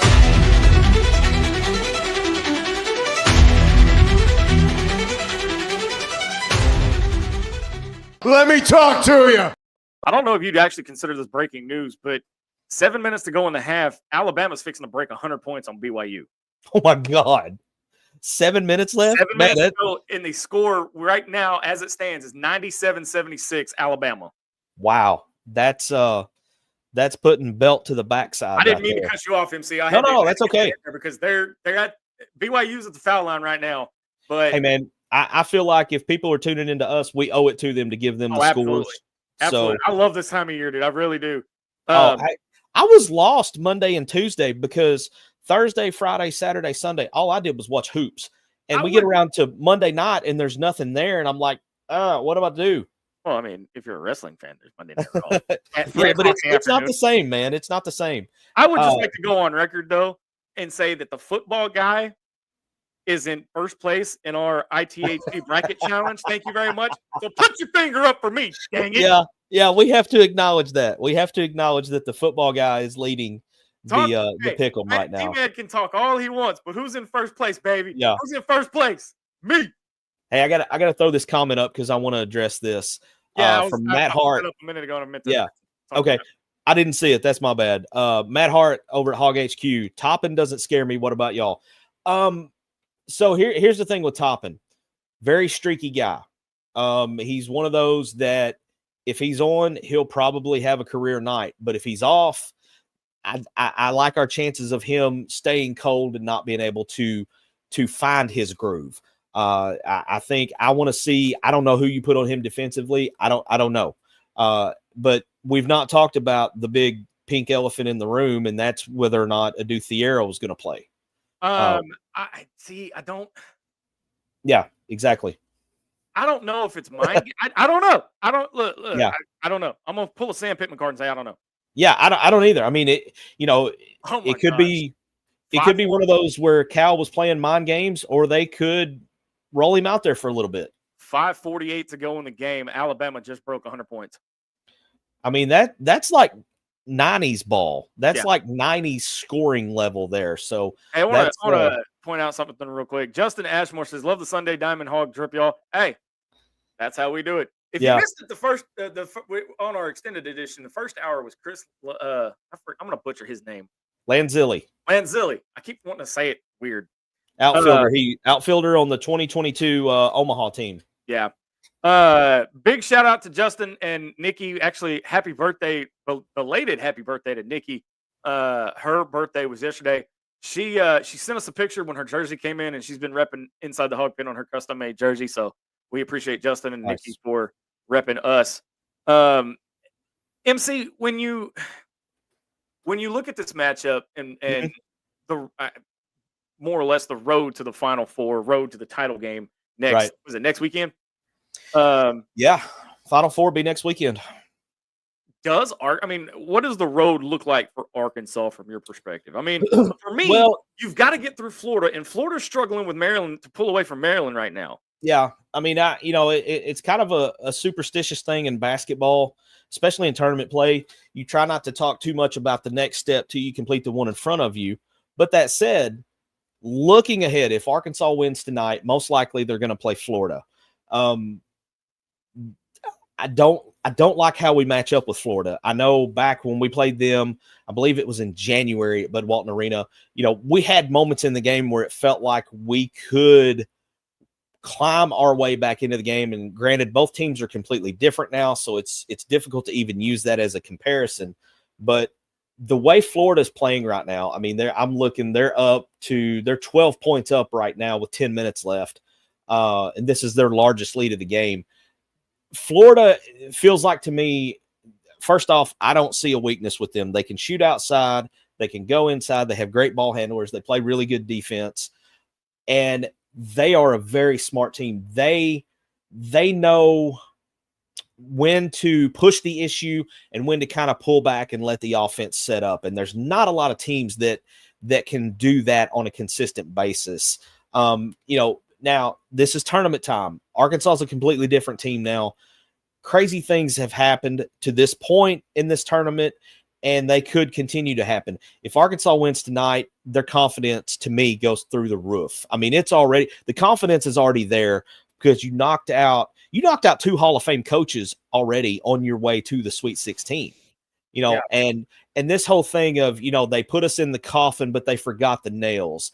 And then I saw a clip of Carter Knox saying that their attitude was kill, celebrate, kill again. And I absolutely love that. Like, I'm slapping my arm right here. Just inject that into my veins because that is the edge that I have been begging any Arkansas team to have for a long time. It's almost like, we talk about Billy Richmond and that 901 attitude. And, if Bum's out there listening, he's about to lose his mind right now because I'm throwing a lot of love to the 901 here. But the guys that have played for Arkansas that come out of Memphis, they have a different gear to them and they have a different mindset. And it's almost like that mindset has bled over from Billy Richmond into the rest of the team.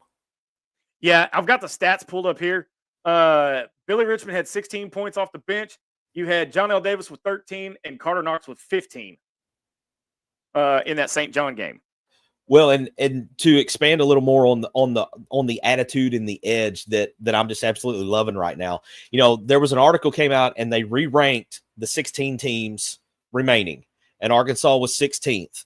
And one of the reporters asked Boogie Fland about that, and he's like, "Yeah, we saw that." And then this is another one of those just beautiful quotes where he said, "That's one man's opinion.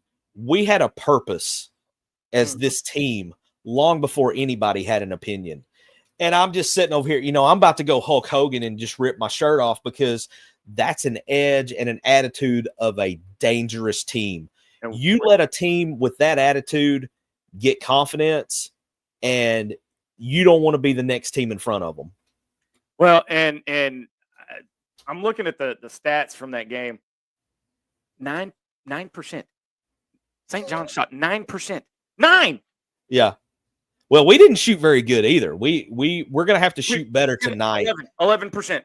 Yeah, we're going to have to shoot a lot better tonight. But I got to that was just an ugly game. Fans, MC, my internet's jacked up. I keep cutting you off. I'm sorry. Got to recognize a couple of fans. Casey Sutton is in the house. Like I said, she's ITHP royalty. We have to recognize her because, and I will say this every time I'm on air, she has not kicked Cancer's ass, not once, not twice, but a total of 3 times. So I dare anybody to stand toe-to-toe with her. I really wish I had a badass mode button because I'd have hit it right now. That might be something we need to add. We need to add a badass button. We do. Well, I'll see if I can figure something out on that. Off season's coming up. Now, I will say this. Ms. Nikki said, "Thank you very much." She would like to hear the yeah sound. So here's for Nikki for her birthday.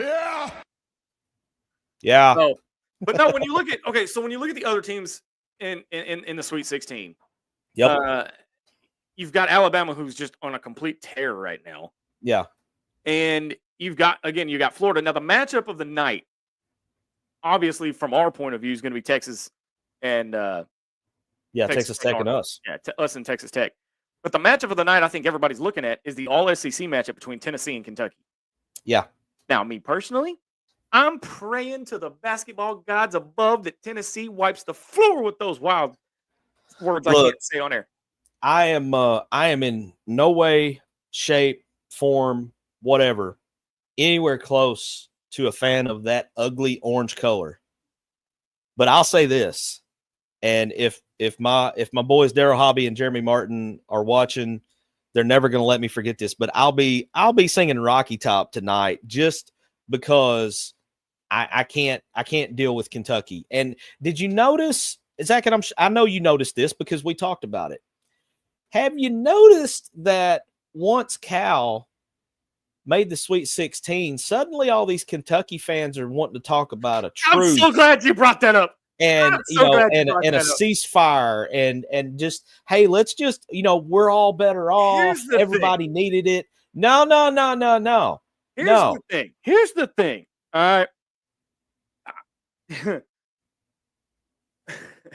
Trying to put this in words where I'm not going to get kicked off the air here. You think about your words because I got mine right now. Here's the thing. Right?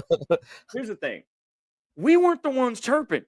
Exactly. We weren't the ones chirping. So why are you asking us for a ceasefire? Yeah.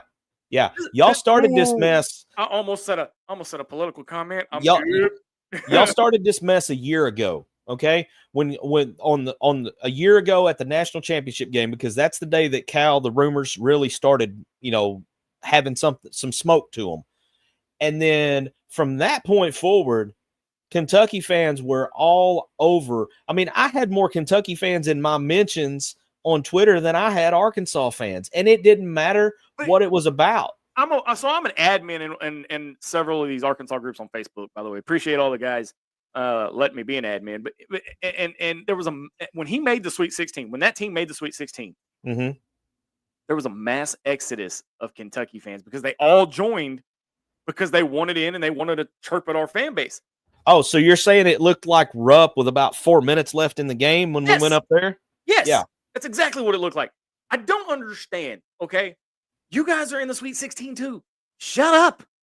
Focus on your own, I said this. I've said this over and over and over and over again.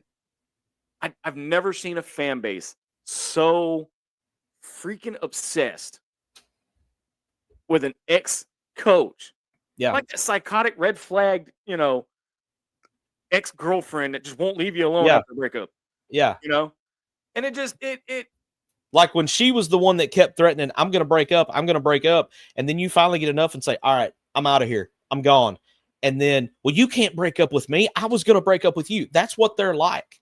They did not get their justification of getting to dump him and then have him just kind of, fade off into oblivion. No, he left them and then he came to a conference rival. And yes, in basketball, it's still a conference rival prior to Cal coming here. Now it's really going to be one. But, not only did he come here, but this team has faced so much adversity.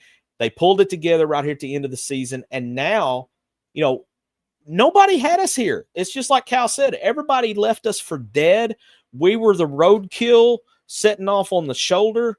And nobody, I'm sorry, nobody had us even making the NIT, much less the NCAA tournament. And so now that Cal is reverted back to being Cal, and got this team rolling, suddenly they don't want to fight anymore. And it doesn't work that way.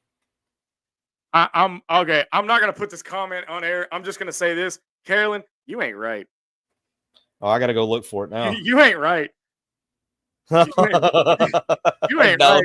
Don't put that on. Don't put that on. I'm not going to put that. Good. I'm almost say, wait, damn. I need a Ron Simmons button. Damn. Yeah. Trevor Kaiser wants to know about ticket prices. He's trying to go to the Rock game, but he's not paying $250 a pop. Come on. Yeah, dude. I'm not paying $250 to watch who's it, Grambling? Yeah, for the second time this year. Here's the thing, and by the way, shout out to our boy Chris Shaw who just had surgery, by the way. He's in the comments as well. How bad is Kentucky just going to lose their freaking mind if we're in the Elite Eight, much less the Final Four? Well, and they get bounced. Now the dream matchup, and I don't know. Did the brackets match up to where it'll be Arkansas, Kentucky in the final? I think so, because again, my algorithms on all my social media are messed up because of Kentucky fans. But for some reason on my TikTok the other day, there was a clip from a Kentucky show that came up. It wasn't the Kentucky Sports Radio guys. It was another one. And it come up and it was talking about that the brackets match up to where if both of these teams keep winning, they could meet in the Natty. And I'm here to tell you right now, I will not be able to handle that. I think both fan bases would break if that was the case. MC, we have more breaking news.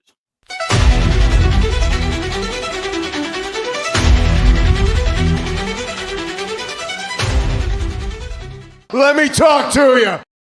A minute 53 to go. Alabama 106-86 over BYU, and they set a record for most three-pointers. Wow. In a tournament game, I do believe. Yeah, tournament record for threes in a game.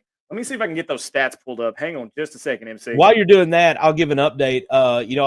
At the 10-minute mark, I believe Florida was up 8, maybe 10. This game has ballooned up. It's almost a 20-point lead now for Florida. I believe they're up 18. They're showing replays right now, so I can't see the score. But I believe they're up 18 at the moment, and that just kind of speaks to what I was talking about. Florida is able, and they are deep too. I didn't talk about that. And they had one of their main players go down earlier, Conley, I believe. I saw him hobble off the floor. Looks like he's back out there now. He's back out there now. But he definitely hobbled off the floor with some kind of ankle issue or something. But I look, if I'm Todd Golden, I think right now at this point it's 74-57 right now with 7 minutes left. Unless he just really puts up a fight to be out there, I'm probably going to pull him off the floor, let him rest that ankle, and get ready for Saturday at this point. A minute to go there in the Alabama BYU game, 110-86, and they shot 50% from the 3-point land. Okay, I'm gonna make a prediction on Alabama because this has been kind of how they've gone this year. 25 3-pointer, 25 of 51 3-pointers. When 51, yeah, my God, they put up 51 3-pointers in a 40-minute game. Yeah, holy cow! 34 of 65 for field goal percentage of 53%, and then they were 18 of 21 for 85% from the free throw line. 16 to 20 for BYU. They're at 80%. That's what you want to see, though. Yeah. That's what you want to see. I mean, look, if somebody's going to put up 51 threes in a game and they're going to make half of them, I don't care what you do. You're not going to beat them. That's just how it goes. But I'm going to say this. I have a hot take on Alabama. Saturday, they shot, what'd you say? They shot 51 threes and they shot right at 50%. Yeah, right now they're averaging right about 50%. Okay.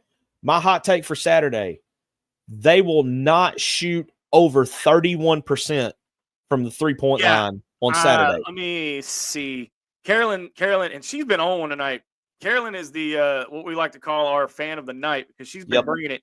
Says that they will suck it up, suck the place up in their next game, and now they play the winner of who? They play the winner of Michigan. What is it? Michigan. Yeah, the Michigan and your second team, Ole Miss. Oh yeah. They play the winner of that one. So you could have another all SEC matchup in the Elite Eight there. Yeah. Besides, if Arkansas and Florida both win, you'll have that one, and then you could also have Alabama and who did we say? Ole Miss. Yeah. So our friend Matt Hart over at Hog HQ wants to know, who did you have playing for the title in your bracket? I had well crap. Let me see. I have Houston winning it over Florida. Yeah, and I've got Florida winning it over Houston. I do, but yeah. I was looking in our group, and if Florida goes down, that's going to take out like 80% of the field. Bye-bye. I'm just going to tell you now. If Florida loses it between now and the title game, bye-bye.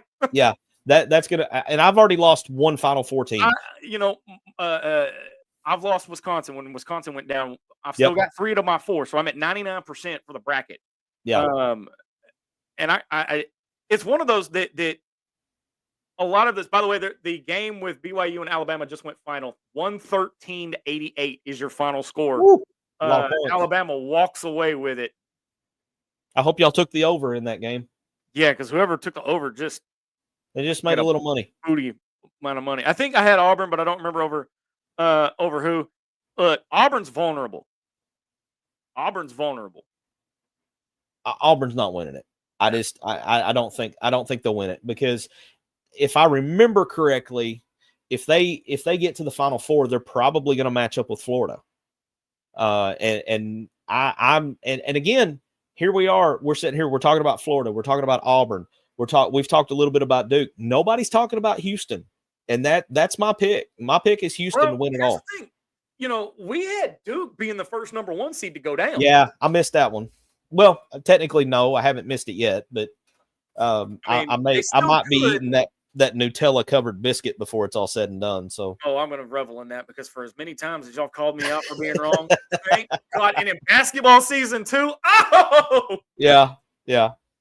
But if there's going to be one team that breaks my bracket, it might as well be Arkansas. So your next matchups are. See if I can get it here. I love this time of year, MC. I really do. I do too, but the 9 o'clock game, man. Well, we're on the West Coast. See, this is my thing. And I said this a couple of weeks ago. Who the hell makes the brackets for these games? Yeah. We're playing in the West region, but we're playing on the East Coast. Yeah, and then now we're finally out to the West. So it's. I mean, has anybody done more travel than Arkansas, going from Providence, Rhode Island to San Francisco? Yeah. Matt Hart's Duke and Arizona is the next matchup. Duke and Arizona's next, and then we tip at 9:09. Now here's the thing: our game is not on CBS; it's on TBS/True TV. Which one? There's 2 different channels. That's all right. Well, they're probably going at this point. They'll probably simulcast, but I think that means we get Kevin Harlan on the call. So wait! First negative comment coming from Carolyn. That's all. I'm in Virginia, so it doesn't even start till 10 for me. Okay, fair enough. Yeah, you kind of win there. So, yeah, I hope you got coffee or Mountain Dew or something. She's like my sister, so I can say this. Boo-hoo! I'm about to get. I had to get that. That was my phone. See, I'm already catching it. But all right, so final prediction tonight. What do you Hogs or Texas Tech? Who are you taking? Give me the Hogs. Give me the Hogs in the Elite Eight. I'm going Hart overhead. Woo pig, baby. Yeah. Let's roll with this thing. Let's keep it rolling. Yeah, I'm shotgunning a Mountain Dew as we speak just to stay up, because it's gonna be a long night for me. MC, do you think we should give the fans what they want after the game? If we win, wow, should completely put me on the spot. I don't know. To be continued. Let's do that. Let's reconvene at halftime and decide. How about that? Yeah, we'll reconvene at halftime. I'm gonna give you on the point score. All right. And I'm going to pull one out of 1994, 76-72. Arkansas goes to the Elite Eight to take on the Florida Gators. I like it. Okay, so we've done about as much preview as I know to do for the game. We're 35 minutes basically away from tip-off. I do want to talk a little bit about baseball. Okay. Because here's the thing. Yes, we lost to Missouri State, but here's the thing, y'all. It was a midweek game. Chill out. And I completely meant to, and this will be something you can ask Chris tomorrow when you have him on with you on 101.1 The Answer. Ask him, the thought on midweek games, because as everybody that knows baseball knows, baseball's different. The midweek games are, to me, in my opinion, they're not much above a glorified scrimmage. Chris, take care, brother. Let me know how you're doing on your surgery. We'll talk later. So that's kind of my take on the midweek games. I mean, the way we lost was a little concerning, because it's like we just shut our brains off. We struggled. First off, we struggled out of the gate. Yeah. Okay. We did. We struggled out of the gate. We got it under control because we scored 13 runs? 13 runs? Yeah, 13 is where we ended up. But here's the thing. Look at how many freshmen that have not had playing time were in that game. Okay. Yeah.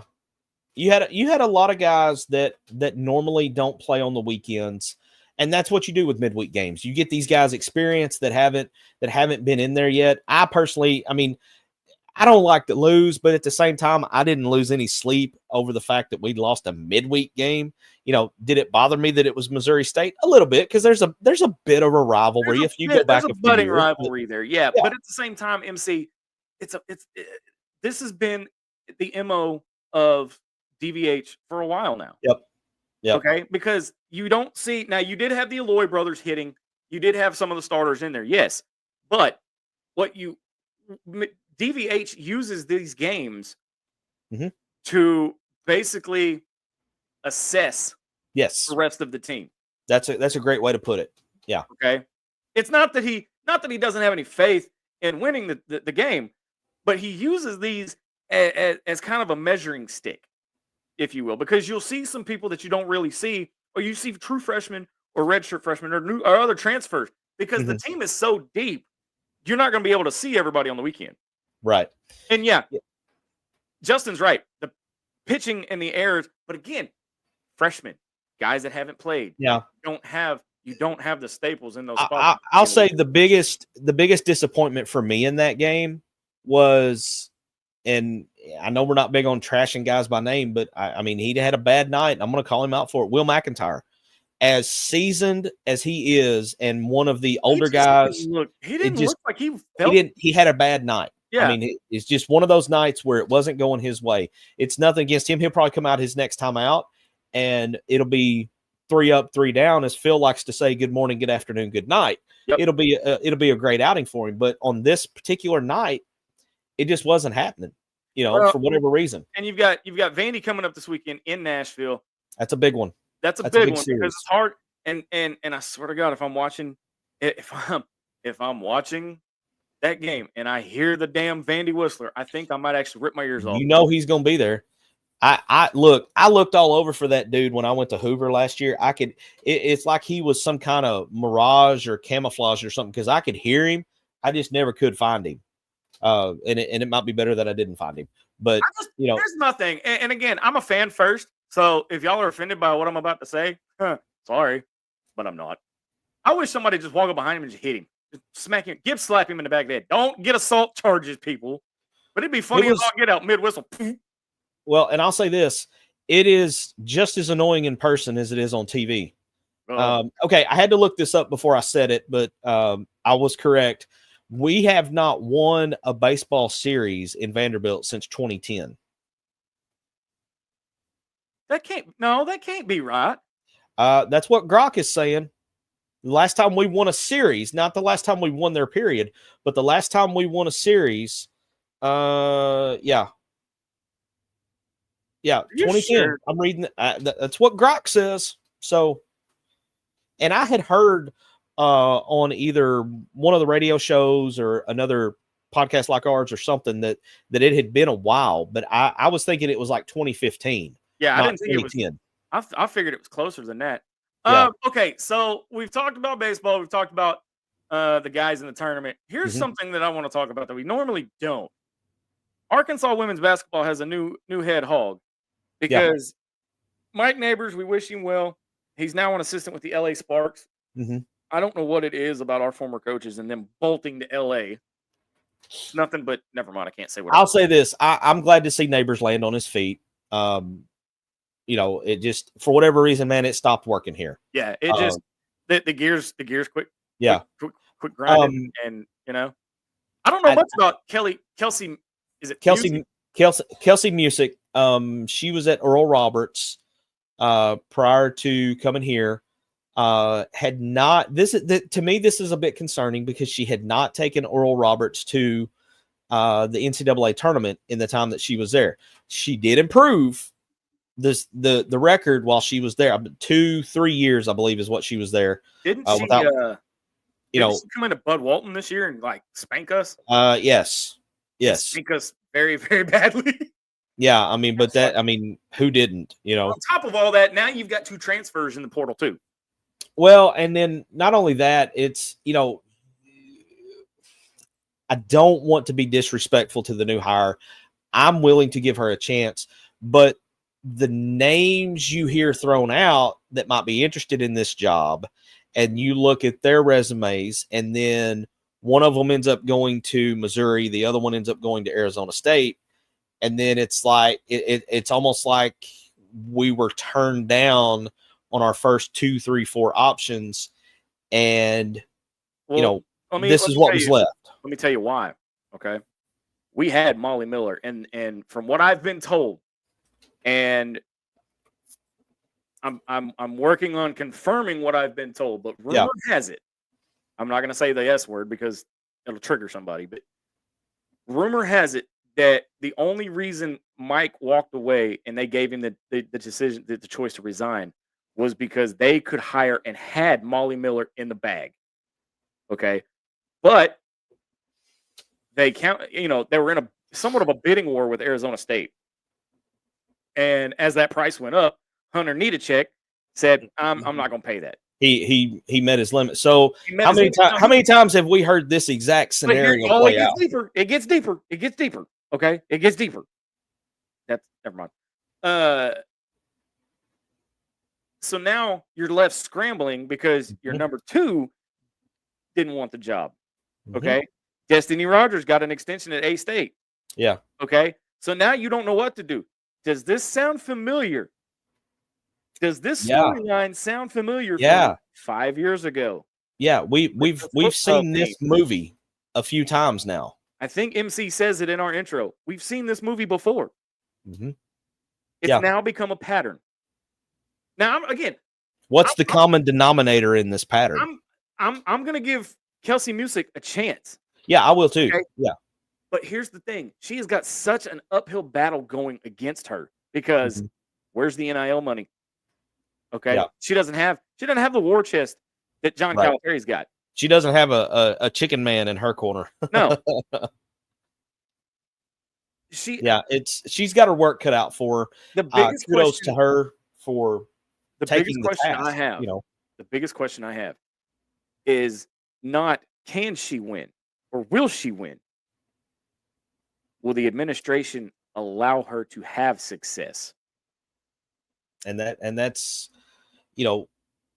not the first time we've asked that question. Well, when you've got and again, yes, 4 out of his 5 years, 3 out of his 5 years, whatever you want to say with that COVID year. Yes, Arkansas has been to a bowl game. Sam Pittman has gotten Arkansas to the postseason. Okay, consecutively. Yeah, but that's not the goal. That's not the goal. The goal is the playoffs or national title. Okay, Eric Musselman, when he was here, Sweet 16s, Elite 8s. Problem was he couldn't get to the Final Four. Well, and there were rumblings that Muss, and I don't know how true this is, but there were rumblings that Muss was not happy with the NIL situation either because obviously he didn't have the relationship. Go to the biggest college in Los Angeles? Well, I mean, it was home. And he's concerned about NIL? Come on. It was an opportunity to go back home and still coach. And let's face it, you're in the LA market. I mean, if you do anything at all, you're going to get attention because of where you are. Now, that said, they're sitting at home on the couch this year. But look, Muss is a good coach. And how he left here is how he left here. So I think, given time, I think he'll turn that program around. Here's a stat for you, MC. 27 points to 1 point. Okay. Florida's bench points. Woo! 27 to 1. See what I mean with how deep they are? I mean, a minute and a half to go, 85-69 Florida. So you've got your first 2 locks for the Elite 8, and guess what conference they came from? The one where it just means more. Yep, the SEC. The one that everybody was saying got too many bids.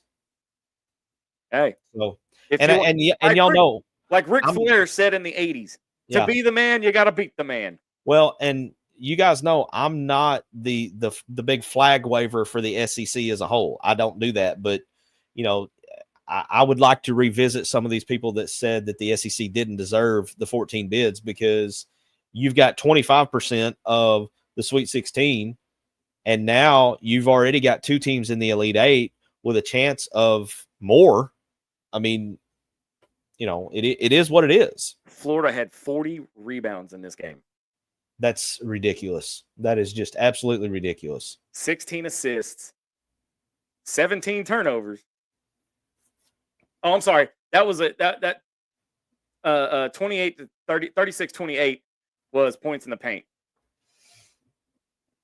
I mean, it wasn't, if you think back, if you follow SEC basketball for a long time like I have, it wasn't that long ago that the SEC, and I'll just call a spade, it was Kentucky and everybody else. But then they went and hired, and I cannot remember the gentleman's name. If Matt's still watching, he can probably tell us who this guy was. But they hired a guy from the Big East. Big East is historically one of the best basketball conferences to ever exist. Now, it's not the same now as what it once was. MC, before we wrap up here, just a second. One of our youngest fans has been cheering on the Hogs all day long. Oh yeah. I'm glad you brought this up. I meant to put this up earlier, but y'all check this out. Here, let me turn my camera off for a minute. This is little Evie. This is little Evie from Virginia. She is cheering on the Hogs from daycare. This is coming from Carolyn Williams. That's cool. So we wanted to show that. And like I said, we like to show off the fans. Let me put me back up here. Yeah. You guys, if y'all are repping us, if you're repping the Hogs, send us the pictures. We'll put you up on air. You know, just like Nikki Ashmore in her jersey, little Evie.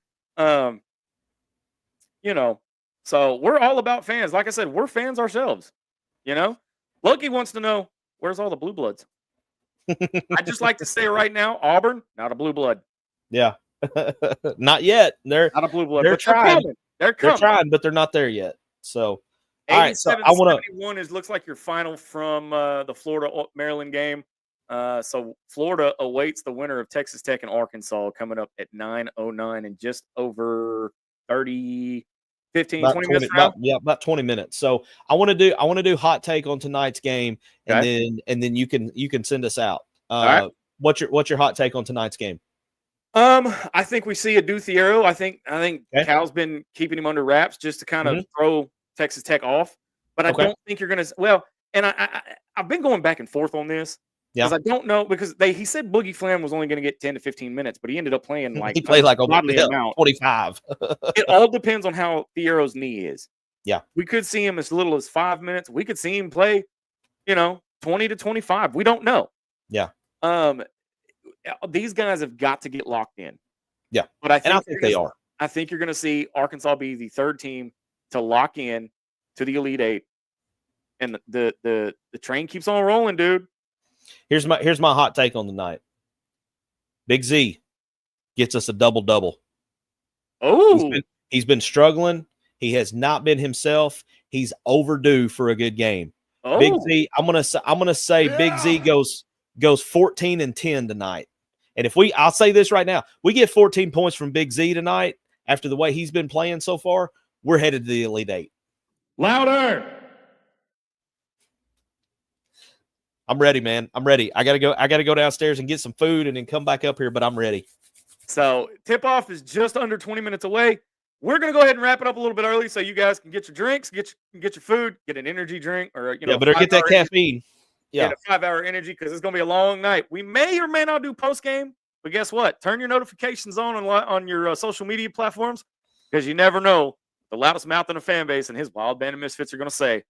For Marcus MC Carlton and D-Mad, I'm Razorback Zach. Big thank you to Chris Lanzilli. There you go.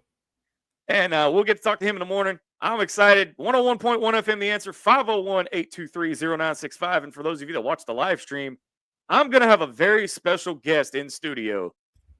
All right, that's going to do it for us. Enjoy the game, everybody. Thank you for watching another episode of Inside the Hawg Pen. Until next time, so long, everybody. Thanks for watching this episode of Inside the Hawg Pen. Listen anytime on your favorite podcast provider and be sure to follow us on all our social network channels.